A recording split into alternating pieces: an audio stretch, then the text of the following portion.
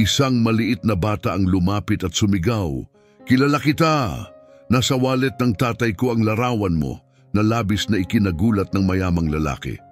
Pagdating ng unang liwanag ng araw na tumagos sa mga sidang kurtina ng kanyang silid, bumangon si Antonio Mendoza. Tulad ng bawat linggo, naghanda siya para sa kanyang nakagawiang pag-jogging sa mga luntiang daanan ng marangyang kapitbahayan ng Greenwoods. Sa edad na 46, kinakatawan ni Antonio ang rurok ng tagumpay. Pinamumunuan ang isang nangungunang pambansang kumpanya ng teknolohiya at nagmamay-ari ng yaman na nagkakahalaga ng milyon-milyon. Ngunit, habang itinatali ang kanyang high-tech na sapatos, nakadama siya ng isang walang kasiyahan na kahungkagan na hindi kayang lunasan kahit ng kanyang yaman. Ang kanyang malawak na tahanan na may 18 silid at Olympic-sized na swimming pool ay tila ba walang laman at malamig. Ang katahimikan ay nakapalibot dito. Umalis siya papunta sa katahimikan ng maagang umaga. Ang ritmo ng kanyang mga hakbang ay nakatulong upang patahimikin ang patuloy na mga kaisipan na bumabagabag sa kanya. Ang mga kalye ay halos walang tao, maliban sa ilang hardinero na nagpapanatili ng mga malilinis na damuhan ng kalapit na mga ari-arian. Walang tiyak na ruta si Antonio, pinapangunahan lamang ng kanyang mga paa sa mga kilala at hindi kilalang daan. Ang kanyang mga kaisipan ay naglalakbay sa pagitan ng mga nakaraang pagmumuni-muni at kasalukuyang mga alalahanin. Sa kabila ng kanyang yaman, isang malalim na kalungkutan ang bumabalot sa kanya.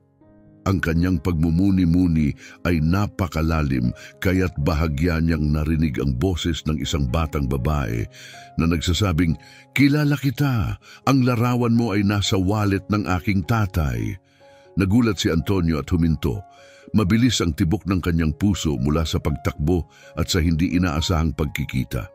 Inilibot niya ang kanyang paningin at napansin niya isang batang babae na mga 7 taong gulang, may brunette na braids at maliwanag, mausisa ang mga mata, simple ang suot, sumasalamin sa katamtamang pamumuhay.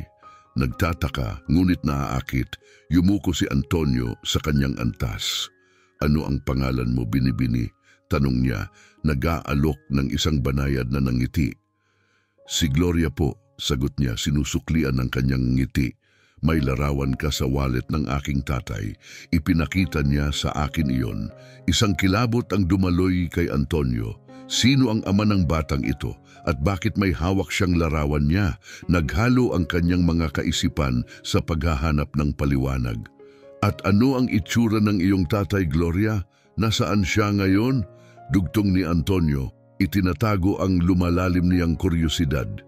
"Nasa bahay po siya. Pwede nating puntahan ngayon kung gusto mo." Iminungkahi ni Gloria, hawak ang kanyang kamay ng may kumpiyansa. Sandaling nag-alinlangan si Antonio. Tahimik ang linggo ng umaga at marahil ay hindi umaasa ng bisita ang ama ni Gloria. Bukod pa rito, marapat bang sumunod sa isang batang hindi niya kilala? Gayunpaman, nanaig ang kanyang kuryosidad. Tumango siya at hinayaan si Gloria na manguna. Habang sila ay nagpatuloy, nagbago ang paligid mula sa mga ingrandeng ari-arian patungo sa mas simpleng mga bahay at pagkatapos ay sa mga bloke ng apartment. Matiyagang nagmarcha si Gloria na may layunin, paminsan-minsang kinikilala ang isang kapitbahay. Sa wakas, narating nila ang isang grupo ng mga simpleng ngunit maayos na tirahan. Lumapit si Gloria sa isang lumang pinto at kumatok ng may katiyakan. Naghintay si Antonio, hawak ang kanyang hininga, hindi tiyak sa kung ano ang darating.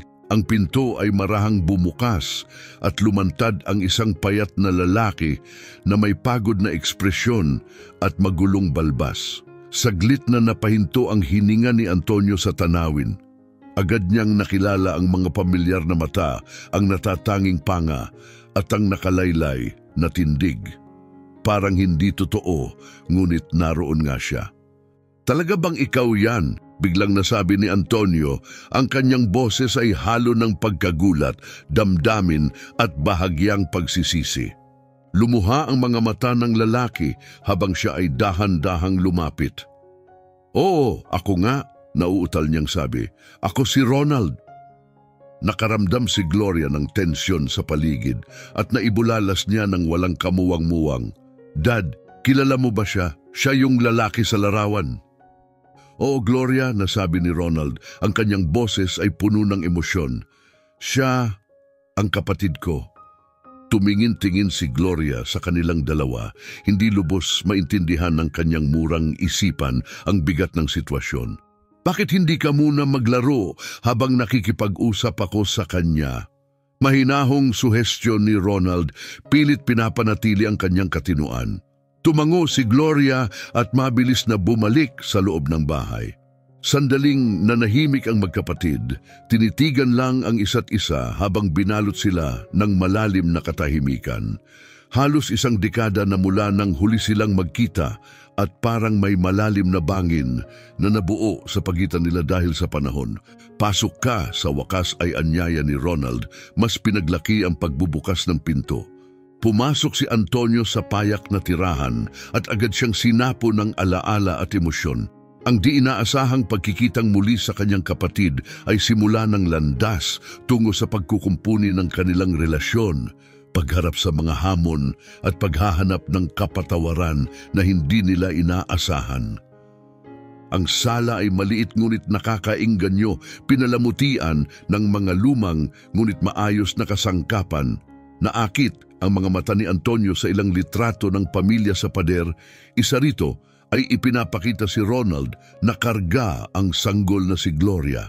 Nagdulot ito ng panghihinayang sa kanya dahil sa maraming mahahalagang sandali sa buhay ng kanyang kapatid na kanyang napalampas. Maupo ka, alok ni Ronald, itinuro ang isang sofa. Gusto mo ng kape? Kakagawa ko lang. Tamang-tama ang kape, salamat, sabi ni Antonio, bahagyang hindi mapalagay habang umuupo sa sofa. Habang kumuha si Ronald ng inumin, pinagmasdan ni Antonio ang mga pagbabago sa kanyang kapatid. Wala na ang masigla at palabang kabataan na kanyang naalala. Ngayon, mukhang pagod si Ronald, tila ba may daladalang malaking pasanin. Bumalik si Ronald, dala ang 2 tasa ng nag-uusok na kape at umupo sa tapat ni Antonio. Sandali silang natahimik, hindi tiyak kung paano sisimulan ang kanilang usapan. Kaya pala may anak ka na, sa wakas ay nasabi ni Antonio, sinisikap na punan ang nakakailang na katahimikan. Tumango si Ronald, isang mahinang ngiti ang sumilay sa kanyang pagod na mukha. Oo, si Gloria, 7 na siya ngayon. Siya ang pinakamalaking kagalakan ng buhay ko. Kamukha mo siya, puna ni Antonio. May mga mata siyang katulad ng sayo. At ang diwa ng kanyang ina, sabi ni Ronald, bahagyang lumamlam ang kanyang ngiti. Ang kanyang ina? Nagpos si Antonio, may pag-aalangan sa sagot. Kinuha siya sa amin 3 taon na ang nakalipas, mahinang sabi ni Ronald, isang aksidente sa sasakyan. Pakiramdam ni Antonio ay para siyang binagsakan ng mabigat. Lubos na nagdusa ang kanyang kapatid at hindi niya ito alam. Napakasakit naman noon, Ronald. Hindi ko alam. Paano mo malalaman? Sagot ni Ronald, may bakas ng pait sa kanyang tono. Nawalan tayo ng ugnayan sa paglipas ng mga taon. Muli binalot sila ng malalim na katahimikan, puno ng mga taong pagkakahiwalay at mga hindi binigkas na paninisi. Paano ka nakakayanan? Tanong ni Antonio, kinikilala ang kakulangan ng kanyang tanong. Tumawa si Ronald ng walang saya. May mga mas magagandang araw ako noon pero nakakaraos kami ni Gloria. Tumango si Antonio, hindi sigurado sa susunod niyang sasabihin. Sinuri ng kanyang mga mata ang payak na sala, isang malinaw na kaibahan sa kanyang marangya ngunit emosyonal na tigang na mansyon. Ikaw? Tanong ni Ronald. Narinig ko na naging matagumpay ka na. Bahagyang nahihiya si Antonio. O lumago ang negosyo. Tunay na natutuwa ako para sa iyo, sabi ni Ronald na ikinagulat ni Antonio ang sinseridad. Ronald, ako. Nag-atubili si Antonio, hindi sigurado sa kanyang nais ipahiwatig. Pagsisisi ba ito, isang alok ng tulong o isang paliwanag para sa katahimikan? Bago niya ito maisaayos, bumalik si Gloria sa silid, masayang kumakaway ng isang dibuho. "Daddy, tingnan mo ang ginawa ko." Masayang sabi niya, ipinakita ang makulay na paglalarawan ng tatlong tao, isang lalaki, isang bata, at isang mas matangkad na lalaki. "Ang ganda, mahal," papuri ni Ronald, niyakap ang kanyang anak. "Sino sila?"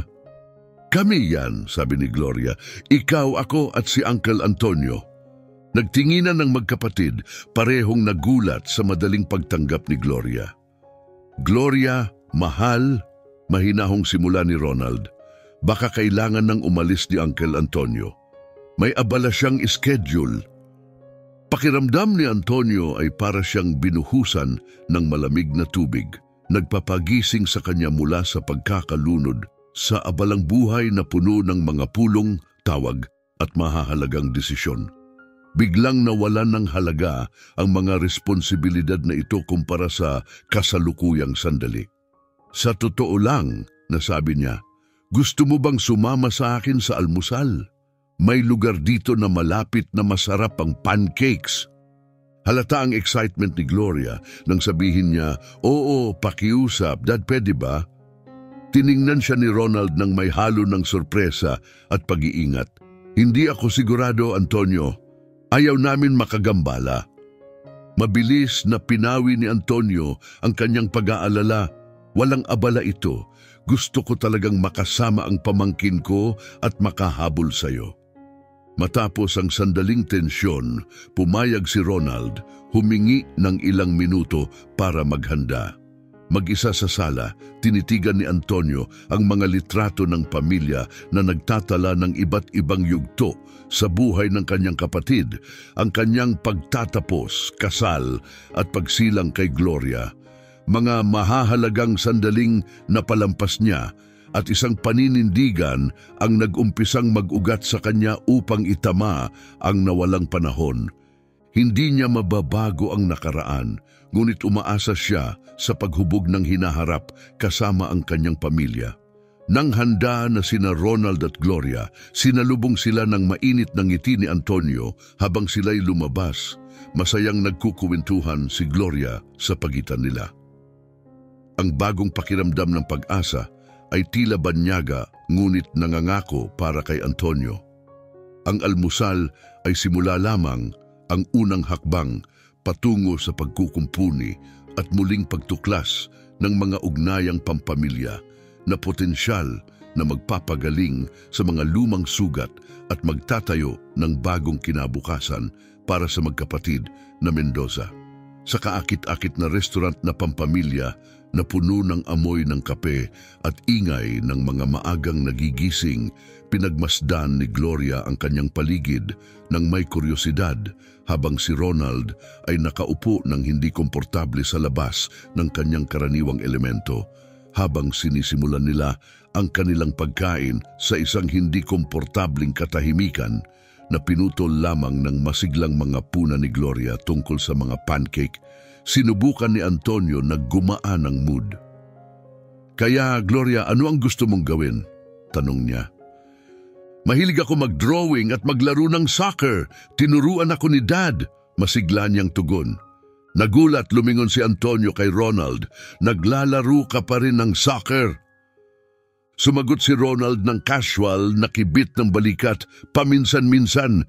Yun ang ginagawa namin tuwing weekends." Naalala ang lumang panahon, ngumiti si Antonio. "Naalala ko ang paglalaro natin sa likod bahay. Palagi kang mas magaling sa akin." Biro ni Ronald, hanggang ngayon, pansamantalang nawala ang tensyon sa pagitan nila.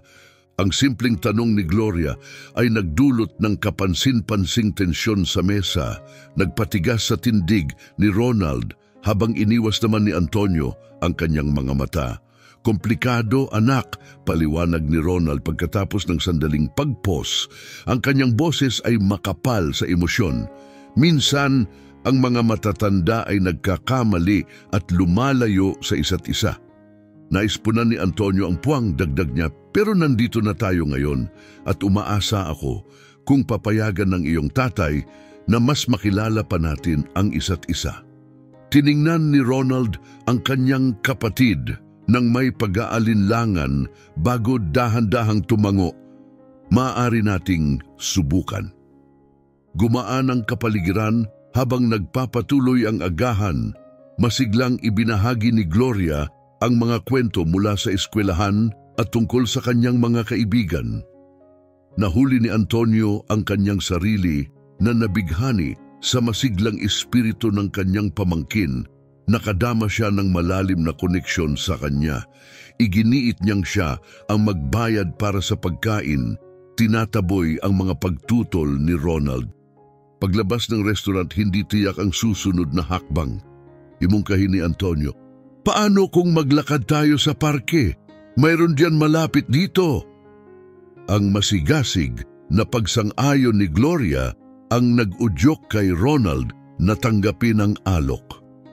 Habang naglalakad sa parke na si Gloria ay maagap na nangunguna sa paggalugad, magkasabay na naglakad ang magkapatid, binalot ng katahimikan na mabigat sa mga hindi binibigkas na saloobin. Binasag ni Antonio ang katahimikan. "Ronald, ilang taon na at alam kong hindi maganda ang pagtatapos natin. Paumanhin dahil hindi ako nandoon, lalo na pagkatapos ng nangyari sa iyong asawa." Tumitig si Ronald sa landas bago sumagot, "Hindi mo lahat kasalanan, Antonio. Ang aking pagsusugal, marami akong sinira. Pero dapat ay nandoon pa rin ako, gaano man." Huminto sila sa isang bangko. Pinanood si Gloria na nakikihalubilo sa ibang mga bata. Mahinang nagtanong si Antonio, "Paano mo nalampasan ang adiksyon?" Malalim na buntong hininga ang pinakawalan ni Ronald. "Mahirap. Maraming beses akong sumadsad sa pinakamababa. Pero noong buntis si Sarah kay Gloria, alam kong kailangan kong magbago. Humingi ako ng tulong, sumali sa isang support group, at ang kanyang kapanganakan ang naging punto ng pagbabago. Hindi na ako maaaring bumalik." Tinanggap ito ni Antonio, isang halo ng paghanga at panghihinayang ang umusbong sa kanya. "Mag-isa kang hinarap ito, dapat ay sinuportahan kita." Mahinahong itinama siya ni Ronald, "Hindi naman sa mag-isa ako. Malaki ang naitulong ng mga magulang ni Sarah, lalo na pagkatapos ng aksidente. Nandoon sila nang kailanganin sila ni Gloria at ako. Nakakahinga ako ng maluwag na may suporta ka." Pagpapahayag ni Antonio ng may tunay na damdamin. "Ronald, baka malaki ang hinihingi ko, pero maaari ba nating isaayos ang ating relasyon? Nais kong maging bahagi ng buhay mo at ni Gloria kung bukas ka sa ideyang ito." Tumigil si Ronald, pinanood ang kanyang anak na tumatawa sa swing. "Hindi ito magiging simple, Antonio. Marami tayong pinagdaanan at pareho na tayong nagbago.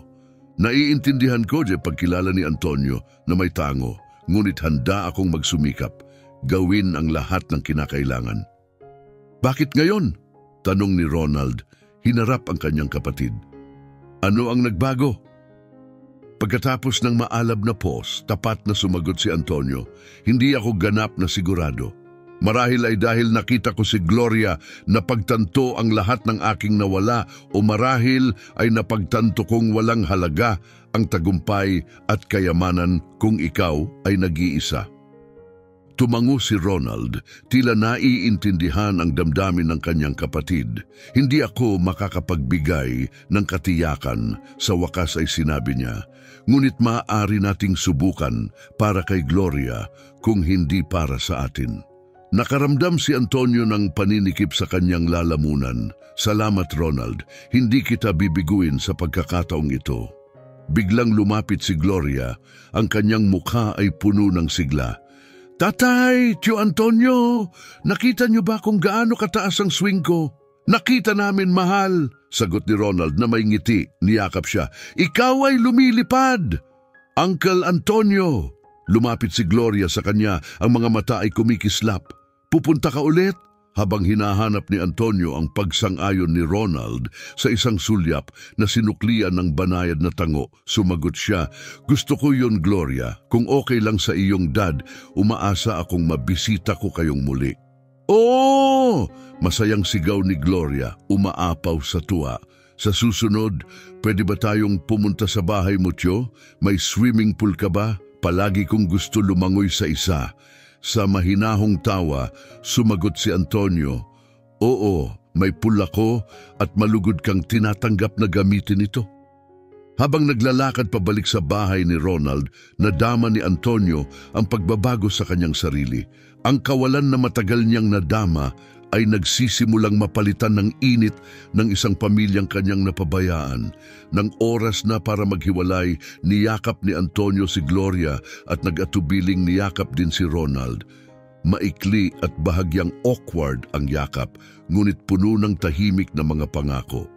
"Tatawagan kita ngayong linggo," sabi ni Antonio. "Plano natin ang pagbisita sa pool." Tumango si Ronald bilang pagsang-ayon. "Gusto namin yan." Habang lumalakad palayo si Antonio, lumingon para kumaway kay Gloria na sumagot ng masigasig na kaway. Nadama niya ang paglayo mula sa nakahiwalay. Hungkag na tao na siya kaninang umaga. Bagamat ang daan patungo sa paggaling at kapatawaran ay magiging mahaba at malamang mahirap. Sa unang pagkakataon sa mahabang panahon, umaasa si Antonio Mendoza. Sa kanyang malaking tahanan, nakita ni Antonio ang mga bakanteng espasyo sa ibang paraan. Hindi na bilang mga tanda ng kanyang mga tagumpay, kundi bilang mga potensyal na kanlungan ng kagalakan at init ng pamilya. Lumakad siya patungo sa kanyang opisina at kinuha ang isang lumang album ng mga larawan na nakatago sa isang drawer, na nagbalik sa kanya sa mga araw na walang inaalala kasama ang kanyang kapatid na si Ronald. Ang mga alaala nila noong kabataan ng mga araw ng tag-init sa hardin, mga pagtatalo na nagtatapos sa tawanan, at ang kanilang magkasamang pangako ng suportang panghabambuhay ay muling sumagi sa kanyang isipan. Pinagnilayan niya ang sandaling nagiba ang kanilang mga landas. Pinili ang kayamanan at tagumpay kaysa sa mga ugnayang pampamilya. Buong determinasyon, isinara ni Antonio ang album. Nakilala niya na bagamat hindi niya mababago ang kanilang nakaraan, desidido siyang magtayo ng isang maayang hinaharap kasama ang kanyang kapatid at pamangkin. Sandaling nagatubili bago siya gumawa ng matagal nang naantalang tawag sa kanyang ina na nagpasimula ng isang taos-pusong pag-uusap tungkol sa mga pagsisisi at mga plano sa hinaharap. Sa mga sumunod na araw, abalang inihanda ni Antonio ang kanyang tahanan para sa pagdalaw nina Ronald at Gloria. Sa araw ng kanilang pagdating, sabik siyang naghihintay sa harapan ng kanyang mansyon na kanyang pinakintab at pinuno ng mga paboritong merienda ni Gloria. Halata ang pagkamangha ni Gloria nang ihambing niya ang mansyon sa isang kastilyo pagdating nila, habang si Ronald naman ay tila hindi angkop sa kanyang kaswal na pananamit, bagamat inayos niya ito para sa pagdalaw. Sinalubong sila ni Antonio nang may halo-halong kaba at pananabik. Binaliwala ang banayad na ilang sa pagitan ng mga matatanda. Masiglang nagtanong si Gloria tungkol sa swimming pool na nag-iba ng atensyon ni Antonio sa kanyang masiglang kuryosidad. Inalok niya na ipakita sa kanila ang paligid at habang naglilibot, napansin ni Antonio ang pagkamangha at ang nakatagong kalungkutan ni Ronald, samantalang si Gloria ay nabighani sa malawak na tahanan, lalo na sa home theater at malaking kusina. Ang mahinang puna ni Ronald tungkol sa laki ng bahay habang nasa opisina ni Antonio ay nagpakita ng kanyang magkahalong damdamin. Minsan nakakabigla pag-amin ni Antonio, lalo na kapag mag-isa ka. Pagkatapos ng isang maikli at hindi komportabling katahimikan, ang masiglang espiritu ni Gloria ang sumagip sa sitwasyon. "Ang pool, Tito Antonio, pwede na ba tayong pumunta ron?" "Siyempre," tugon ni Antonio nang may ngiti. "Magbihis ka at ituturo ko kung saan pupunta." Habang nagbibihis sina Gloria at Ronald, sinamantala ni Antonio ang sandali upang tawagan ang kanyang assistant at kanselahin ang kanyang meeting sa hapon. Sa pagkakataong ito, maaaring ipagpaliban muna ang trabaho. Pagbalik sa lugar ng pool, sinalubong si Antonio ng isang nakakaantig na tanawin. Masayang naglalaro si Gloria sa tubig habang si Ronald ay nakatayo na may tapat na ngiti. "Talon, Tito Antonio!" sigaw ni Gloria. "Sakto lang ang tubig." Biglaan, hinubad ni Antonio ang kanyang damit at tumalon para sumali sa kasiyahan ni Gloria. Sa huli ay sumama rin si Ronald at pakiramdam nila ay walang lumipas na oras sa kabila ng mga taong hindi sila nagkasama. Nag-enjoy sila sa pool hanggang sa paglubog ng araw nang ang kalangitan ay nagkulay ginto at rosas. Pagkatapos, nakabalot sa mga komportabling tuwalya at pakiramdam na kontento, iminungkahi ni Antonio, "Paano kaya kung mag-barbecue tayo? Pwede ba akong tumulong?" Masiglang tanong ni Gloria. "Siyempre," pumayag si Antonio ng may ngiti. "Kailangan ko ng lahat ng tulong na makukuha ko dahil hindi ako magaling na chef." Habang sila ay nagluluto, namangha si Antonio sa dali ng kanilang pakikipag-ugnayan. Nagkwento si Gloria tungkol sa eskwela at mga kaibigan. Paminsan-minsang sumasali si Ronald at nakita ni Antonio ang higit na kasiyahan sa sandaling iyon kaysa matagal na panahon. Kinain nila ito sa ilalim ng mga bituin, napapaligiran ng amoy ng inihaw na pagkain, pakiramdam na tunay na nasa bahay. "Maganda ito," mahinang sabi ni Ronald habang ninanamnam ni Gloria ang kanyang burger. "Walang anuman," tugon ni Antonio. "Talagang namiss ko ito, ang pagkakaroon ng pamilya sa paligid." Isang pahiwatig ng kalungkutan ang sumilay sa mukha ni Ronald habang sumang-ayon siya. "Ako rin."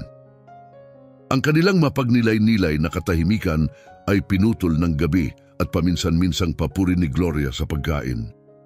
"Ronald," umpisa ni Antonio, na nahanap ang kanyang determinasyon, "alam kong maaga pa at marami pa tayong kailangang ayusin, ngunit gusto kong mas maging bahagi ng inyong buhay. Hindi lang dalaw, kundi talagang naroroon para sa inyo ni Gloria." Tumitig si Ronald sa kanyang kapatid ng matagal, sinusubukang sukatin ang katotohanan sa kanyang mga mata. "Sigurado ka ba dito? Iba ang pamumuhay mo sa amin, Antonio. Ayaw kong isipin mong kailangan mong gawin ito." Agad siyang pinutol ni Antonio. "Hindi ko ito ginagawa dahil sa obligasyon. Sa unang pagkakataon sa matagal na panahon, nakaramdam ako ng kaganapan." Si Gloria, na masigasig na sumusunod sa kanilang pag-uusap, ay biglang nagsalita. "Ibig sabihin ba nito madalas na tayong bibisita, Dad? Pwede ba akong lumangoy ulit?" Tumingin si Ronald sa kanyang anak at saka sa kanyang kapatid, ngumiti ng bahagya. "Sa palagay ko maayos natin yan, mahal, kung hindi mamasamain ng iyong tito." "Hindi mamasamain?" sagot ni Antonio na halatang naantig. "Sa totoo lang, umaasa ako na pwede kayong magpalipas ng weekend dito. Maraming kwarto at magkakaroon tayo ng mas maraming oras para pagplanuhan ang mga susunod na pagdalaw." Halata ang pagkasabik ni Gloria at matapos mag-atubili ng sandali, pumayag si Ronald. "Sige, mananatili kami." Kinagabihan, habang naghahanda si Antonio para matulog, umaling-awngaw ang tawanan mula sa kwarto kung saan naroon si Ronald at Gloria. Ang masayang ingay na ito ay nagbigay buhay sa dating tahimik na mga pasilyo ng kanyang malaking bahay. Sa unang pagkakataon sa maraming taon, hindi nakadama ng pag-iisa si Antonio. Hindi na lamang basta tanda ng kanyang mga tagumpay ang kanyang mansyon. Ito ay nagiging isang tahanan na puno ng init at pagmamahal ng pamilya. Habang inaayos ang sarili sa kama, tahimik na ipinangako ni Antonio na gagawin ang lahat sa kanyang makakaya para panatilihin ang bagong ugnayang ito, ang maging kapatid at tito na nararapat para kay Ronald at Gloria. Alam niyang maaring mahaba ang landas patungo sa ganap na pagkakasundo, ngunit handa siyang tahakin ito hakbang-hakbang. Habang papatulog na siya sa malayong tunog ng tawanan ng kanyang pamilya, iniisip ni Antonio ang isang hinaharap na puno ng mga posibilidad. Ang weekend ay puno ng mga pagdalaw sa zoo, mga gabi ng panonood ng pelikula at mga biglaang laro ng soccer sa malawak nilang bakuran na nagbigay kay Antonio ng higit na kasiyahan kaysa sa anumang malaking handaan o kaganapang pangnegosyo na kanyang nadaluhan. Nang dumating ang linggo at tinulungan niya si Ronald at Gloria na mag-empake, may bahid ng kalungkutan si Antonio sa pag-iisip na babalik sa dati ang tahimik ng bahay. Napakaganda ng weekend na ito, sabi niya ng magaan, umaasang maitago ang kanyang pag-aatubili na matapos ito. Gawin natin ito ulit sa lalong madaling panahon. Tumugon si Ronald nang may banayad ng ngiti. Nakakagulat na masaya. Salamat, Antonio. Tumingala si Gloria mula sa kanyang backpack kung saan siya naglalagay ng kanyang mga drawing at nagtanong na may pag-asang mata, "Pwede ba tayong bumalik sa susunod na weekend, Tito Antonio?" Napangiti ng mahina si Antonio. "Magugustuhan ko yon, Gloria, pero maaring nakasalalay yan sa iyong papa." Kapwa sila tumingin kay Ronald na tila pinag-iisipan ng mungkahi sandali. "Hindi tayo pwedeng magkita tuwing weekend," sa huli ay sinabi niya, "ngunit marahil ayos lang kung isang beses sa isang buwan." Lumiwanag ang mukha ni Antonio. "Ideal yan, at baka pwede ko rin kayong bisitahin. Gusto kong maranasan ang pang-araw-araw ninyong buhay mula sa malapitan." Mukhang nagulat si Ronald sa ideya, ngunit dahan-dahang tumango sa pagsang-ayon. "Sige, magandang ideya yan." Habang nagpapalitan sila ng paalam sa pintuan, yumuko si Antonio para yakapin si Gloria. "Salamat sa pagdalaw, munting isa. Nagdala ka ng labis na kasiyahan sa bahay na ito." Malakas na ginantihan ni Gloria ang yakap. "Salamat, Tito Antonio. Talagang nag-enjoy ako." Pagkatapos ay hinarap ni Antonio ang kanyang kapatid. May saglit na katahimikan bago sila nagyakapan, mas mainit, mas kaunti ang ilang kumpara sa nakaraang linggo. "Ingatan mo ang sarili mo, Ronald," sabi ni Antonio, "at huwag kang mag-atubiling tumawag sa akin para sa anumang kailangan mo." Tumango si Ronald. Malinaw ang kanyang emosyon. "Gagawin ko. Salamat, kapatid." Habang umaalis ang taxi, nakadama si Antonio ng pinaghalong kalungkutan at optimismo. Mukhang mas walang laman ang bahay, ngunit puno ng bagong mga oportunidad. Sa mga susunod na linggo, hindi inaasahang nagsimulang baguhin ni Antonio ang kanyang buhay.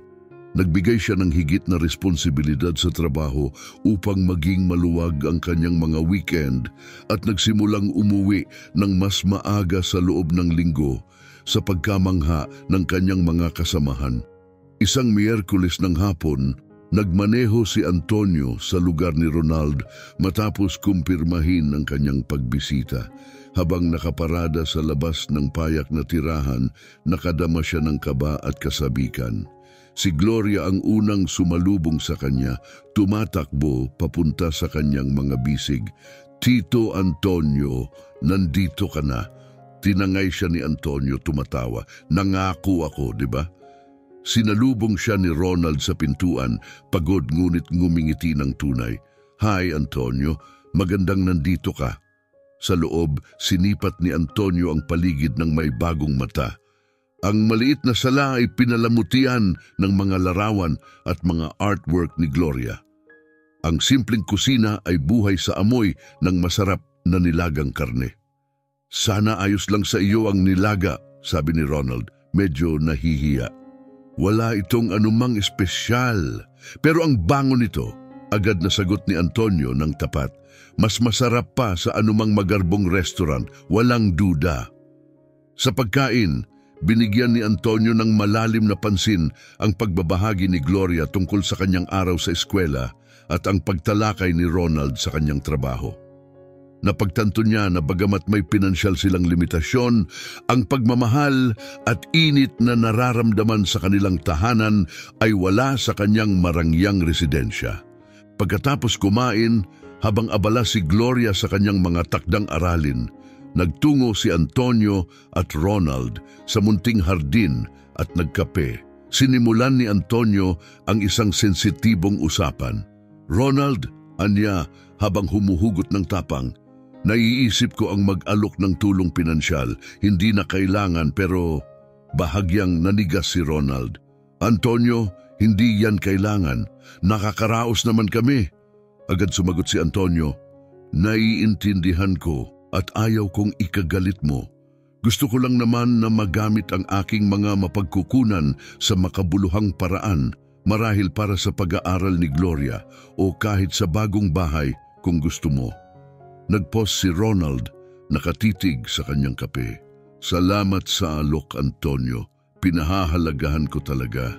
Pero ayaw kong pera ang mag-define sa ating relasyon. Nagkamali na ako dati sa pagsusugal." Kinilala ni Antonio ang punto niya. "Pasensya na kung mali ang pagkakasabi ko. Ang hangarin ko lang ay makatulong sa inyong buhay sa makabuluhang paraan." "Ikaw na ang nag-aambag," pinatutuhanan siya ni Ronald habang nagtatama ang kanilang mga mata. "Mas mahalaga sa amin ang iyong oras at samahan kaysa anumang suportang pinansyal." Nadama ni Antonio ang sinseridad ni Ronald. "Salamat, Ronald. Napakalaki ng ibig sabihin yan para sa akin." Isang komportabling katahimikan ang bumalot sa kanila. Tanging ang paghuni ni Gloria mula sa kanyang silid ang sumira sa katahimikan. Sa kalaunan, iminungkahi ni Ronald, kung talagang gusto mong tumulong, ang lokal na sentro ng komunidad ay nangangailangan ng suporta. Naghahanap sila ng mga voluntaryo at donasyon para sa mga programang pang-after school. Baka makatulong ang iyong mga koneksyon. Nasabik sa ideya, masigasig na sumang-ayon si Antonio. "Magandang suhestyon yan. Ano kaya kung sabay tayong pumunta bukas para alamin kung ano ang kailangan nila?" Sumang-ayon si Ronald na nakangiti. "Magandang plano yan." Nang umalis si Antonio ng gabing iyon, nadama niya ang malalim na pagbabago sa kanyang koneksyon kay Ronald at Gloria at sa kanyang sariling layunin. Umalis siya na may pangako, "Babalik ako bukas. May sentro ng komunidad tayong susuportahan." Habang nagmamaneho si Antonio papunta sa kanyang marangyang bahay, napagtanto niya na hindi na ito nararamdaman bilang kanyang tahanan. Ang tunay niyang tahanan ay kung saan naninirahan ang kanyang pamilya sa isang masiglang bahay na puno ng pagmamahal at kasiyahan, at siya ay nagpasyang muling sumama sa kanila anuman ang halaga. Ang dating mapanglaw na kinabukasan ay ngayon ay tila puno ng mga pagkakataon. Napangiti si Antonio sa kanyang sarili, sabik sa kung ano ang dala ng susunod na araw. Ang umagang sumunod ay maaraw at malinaw, tila ipinagdiriwang ang mga bagong simula. Maagang nagising si Antonio, puno ng higit na sigla kaysa sa nakaraang mga taon para sa isang araw sa trabaho. Ngunit espesyal ang araw na ito. Malapit na siyang gumawa ng isang makabuluhang bagay. Narating niya ang tahanan ni Ronald nang umalis si Gloria para sa eskwela. Tumakbo siya at niyakap ang mga binti ni Antonio bago sumakay sa bus. "Magandang umaga," sabi ni Ronald, hawak ang kape. "Handa ka na bang tingnan ang sentro ng komunidad?" Masiglang tumugon si Antonio. "Talaga, nag-research pa ako kagabi at nalaman kong matagal nang nahihirapan ang sentro." Napabuntong hininga si Ronald habang sila ay papunta sa kotse ni Antonio. Nakakalungkot. Ang sentro ay dating buhay na hub para sa komunidad. Ngayon, hindi na nila kayang bayaran ng kuryente. Ang sentro ng komunidad, isang kaakit-akit ngunit napabayaang gusali sa puso ng kapitbahayan, ay nagpakita ng mga palatandaan ng kapabayaan sa kanyang natutuklap na pintura at maruming mga bintana. Gayunpaman, nakita ni Antonio ang potensyal nito. Sinalubong sila ni Anita, direktor ng sentro, sa entrada. Mainit niyang binati si Ronald at mausisang tumingin kay Antonio. Anita, ito ang aking kapatid na si Antonio, ipinakilala ni Ronald. Naghahanap siya ng suporta para sa sentro. Lumiwanag ang mukha niya. Talaga? Sobrang kailangan namin ng tulong. Habang naglilibot, napansin ni Antonio ang masaklap na kalagayan ng sentro. Ang bubong at sistema ng kuryente ay nangangailangan ng pagkukumpuni at ang karamihan sa mga kagamitan ay sira o luma na. Anong mga programa ang inyong pinapatakbo ngayon? Tanong niya.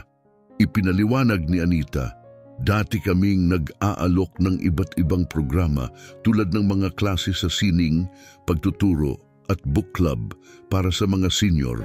Ngunit dahil sa pagbawas ng budget, nahihirapan kaming panatilihin kahit ang after-school program. Pinag-isipan ni Antonio ang mga solusyon. Paano kung hindi lang natin buhayin muli ang mga programang iyon, kundi magpakilala rin ng mga bagong programa tulad ng mga kurso sa computer o maliit na gym? Tumingin sa kanya sina Anita at Ronald. Ang kanilang mga mukha ay halo ng pag-asa at pag-aalinlangan.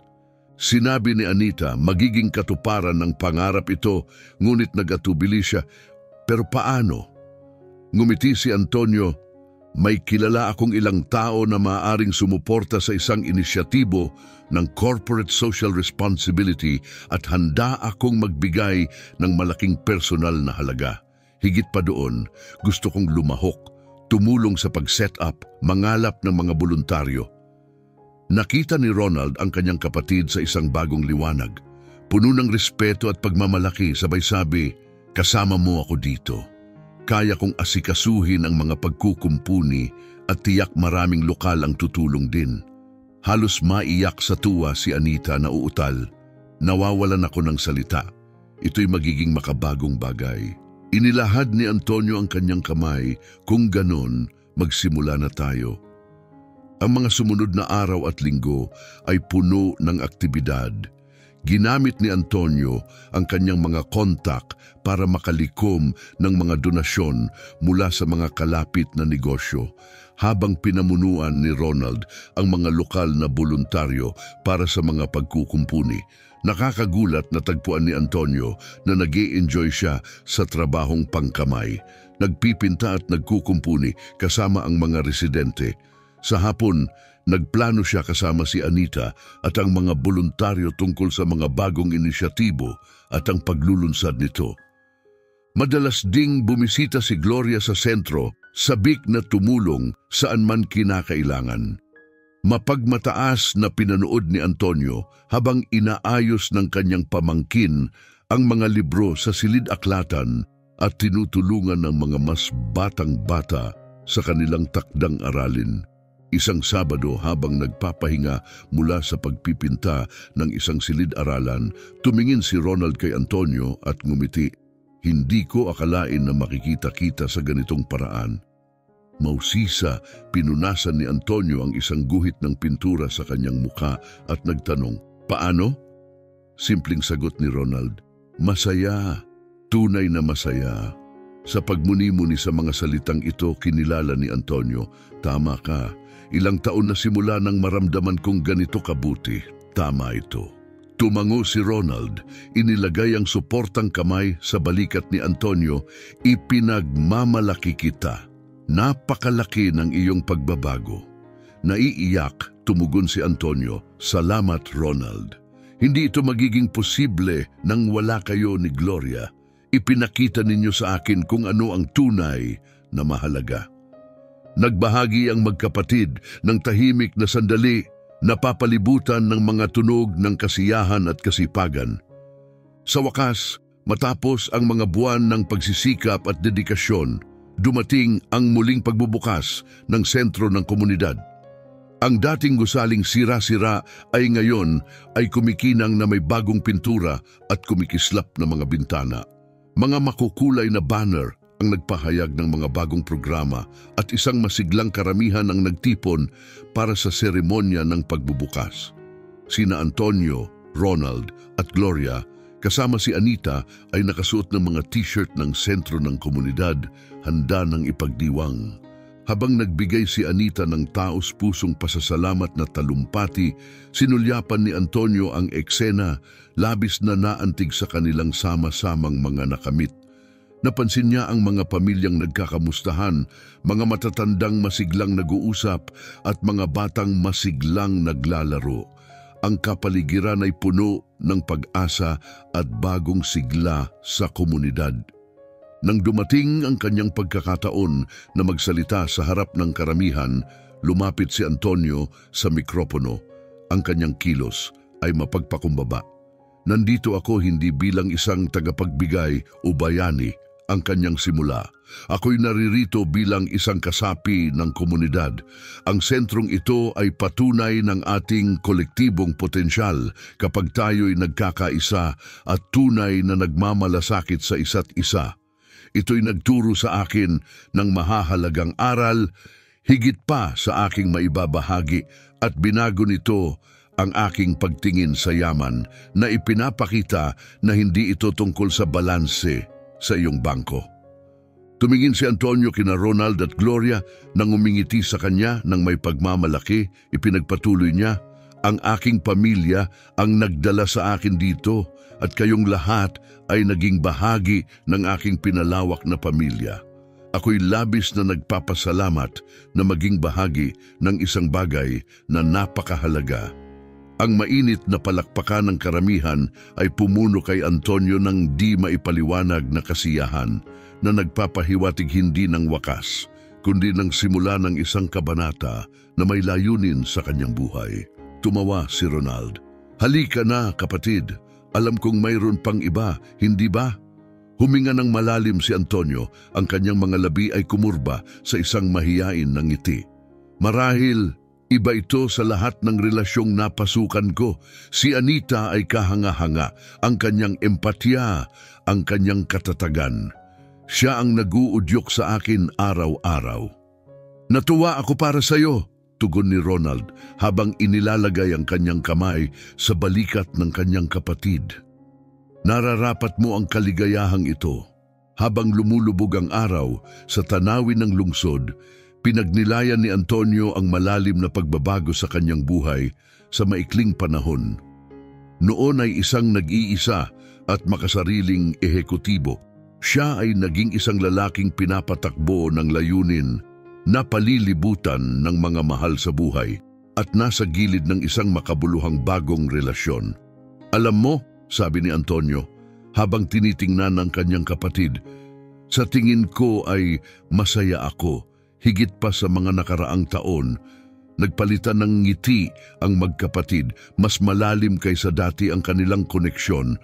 Magkasama, hindi lamang sila nagtatayo ng mga sentro ng komunidad, kundi pati na rin ng isang pamana ng pag-asa at makabuluhang pagbabago. Habang naglalakad pa uwi, napagtanto ni Antonio na ang kanyang buhay na dati ay sinusukat sa pamamagitan ng pinansyal na tagumpay at katayuan, ay umunlad na sa isang bagay na higit na mahalaga. Layunin, pagmamahal at ang kasiyahan ng tunay na pag-apekto sa buhay ng iba. Ang hinaharap na dati mapanglaw at walang laman, ngayon ay puno ng kapanapanabik na mga pagkakataon, at sabik si Antonio na tuklasin kung ano pa ang mayroon ang paglalakbay. 2 dekada mula sa isang mahalagang linggo nang ang isang maliit na batang babae ay nagbago ng landas ni Antonio Mendoza sa edad na 65. Natagpuan niya ang kanyang sarili sa kanyang balkonahe sa parehong kapitbahayan kung saan nagsimula ang lahat. Si Anita, ang kanyang kasama ng 20 taon, ay nakaupo sa tabi niya, magkahawak ang kanilang mga daliri habang pinagmamasdan ang paglubog ng araw. Ang oras ay nag-ukit ng mga marka sa kanilang pareho, ngunit ang kanilang mga mata ay kumikislap pa rin ng parehong sigasig at pagmamahal na unang nagbuklod sa kanila. Ano ang iniisip mo, mahal ko? Tanong ni Anita. Napansin ang mapagnilay na titig ni Antonio. Ngumiti siya ng mainit, pinisil ang kanyang kamay. Nagmumuni-muni lang sa kung gaano karaming nagbago. kung gaano ako pinagpala. Biglang, ang tunog ng tawanan ng mga bata ay umalingaw-ngaw. Lumingon sina Antonio at Anita upang makita ang kanilang 7 taong gulang na apo na si Marina na naglalaro kasama ang mga bata sa kapitbahayan sa hardin.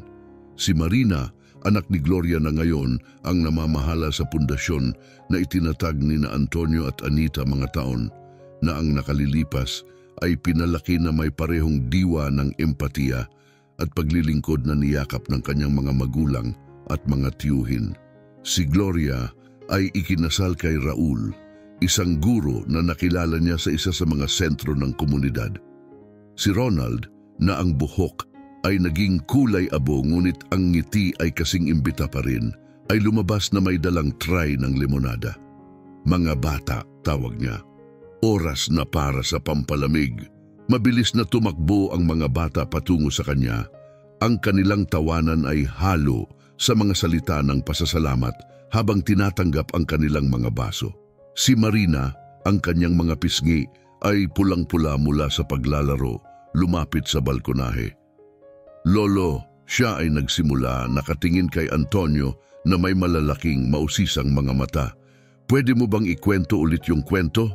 Yung tungkol sa kung paano mo nakilala si Tita Gloria.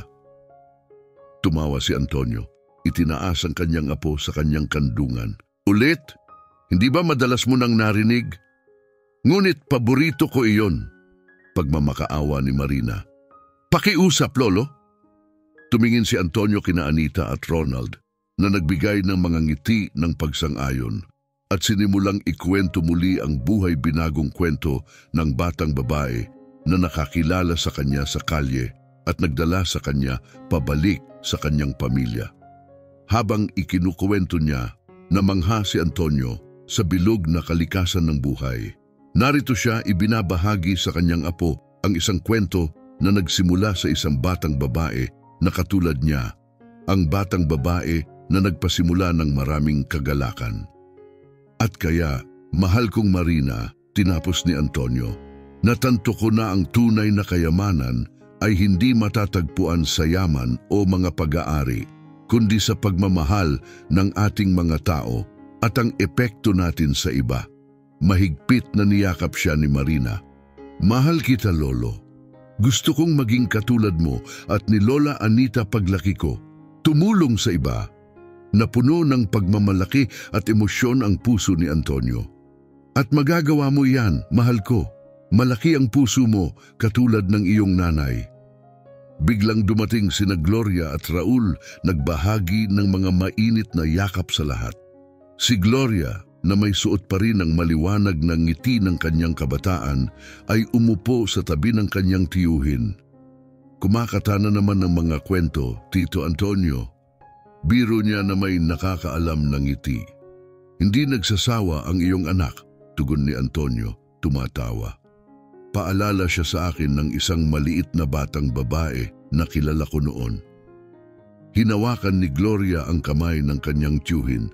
Ang mga mata niya ay kumikislap sa pagpapahalaga. Hindi ako titigil sa pagpapasalamat sa lahat ng nagawa mo para sa aming pamilya, para sa komunidad. Umiling si Antonio ng mapagpakumbaba. Hindi, Gloria, ako ang dapat magpasalamat. Ikaw at ang iyong ama ang nag-akay sa akin sa isang buhay ng tunay na halaga. Habang nagpapalitan ng mga kwento at tawanan ang pamilya, naaalala ang nakaraan, pinagnilayan ni Antonio ang kanyang kamanghamanghang paglalakbay mula sa isang nag-iisang makasariling lalaki patungo sa ulo ng isang tapat na pamilya at isang pangunahing figura sa isang umuunlad na komunidad. Ang mga sentro ng komunidad na kanyang sinimulan bilang isang personal na misyon ng pagtubos ay lumago sa buong lungsod, nagbabago ng maraming buhay. Ngayon, sa ilalim ng pamumuno ni Gloria at Raul, patuloy na umuunlad ang pundasyon, tinutugunan ang mga pangangailangan ng komunidad sa mga programang tulad ng edukasyong pinansyal, mobile health services at mga proyektong berdeng enerhiya. Si Ronald, bagaman nagretiro na, ay patuloy pa rin na nag-aambag ng kanyang marunong na payo, pinapanatili ang isang malakas, magkapatid na bono kay Antonio na lalo pang lumalim sa paglipas ng mga taon. Si Anita, ang kanyang matatag na katuwang, ay naglaro ng napakahalagang papel sa bawat hakbang. Ang kanyang pagmamahal at suporta ay nagsilbing lakas ni Antonio sa mga mahihirap na panahon at ang kanyang ligaya sa mga sandali ng kasiyahan. Habang ang kalangitan sa dapit hapon ay nadurugtungan ng mga kulay ginto at rosas, minasdan ni Antonio ang kanyang paligid, puno ng malalim na kapayapaan at pasasalamat. Ang dating hungkag at walang layuning pamumuhay niya ay napuno ng pagmamahal, direksyon at kasiyahan na dulot ng pag-iiwan ng makabuluhang marka. "Maayos ka lang ba, mahal ko?" tanong ni Anita nang mapansin ang malalim na pagninilay sa mga mata ni Antonio. Ngumiti siya, bakas ang kislap ng luha ng kaligayahan sa kanyang mga mata. "Higit pa sa maayos, mahal ko. Masaya ako, buo." Sa sandaling iyon, para bang nagbigay diin sa kanyang sinabi, isang banayad na simoy ng hangin ang humaplos sa hardin. Hatid ang bango ng mga bulaklak at ang tawanan ng mga bata. Pumikit si Antonio, ninanamnam ang sandali. Inisip niya ang dating siya, ang mahabang paglalakbay na kanyang tinahak at ang mga buhay na kanilang naantig sa bawat hakbang.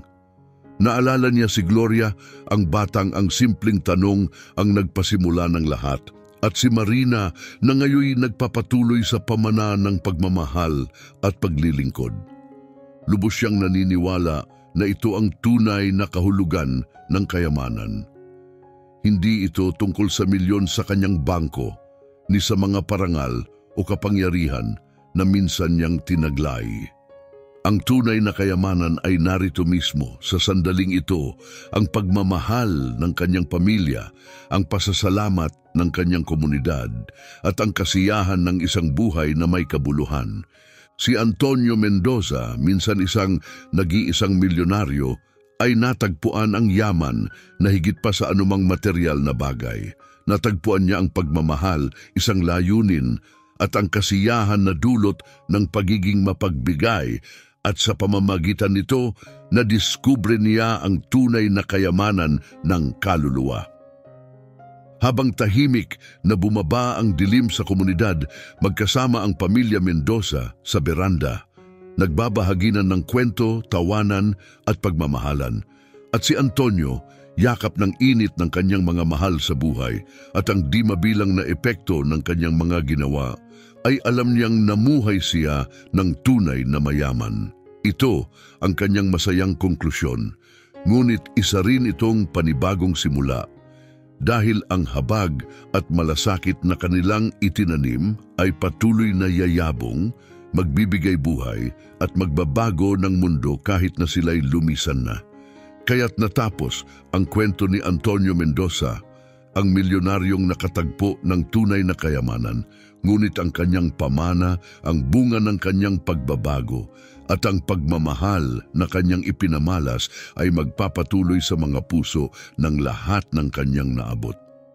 Huwag kalimutang i-activate ang notification bell para ikaw ang unang makapanood ng susunod na video. Ibahagi ito sa iyong mga kaibigan at huwag palampasin ang susunod na video sa end screen. Tiyak na tatagos ito sa iyong puso.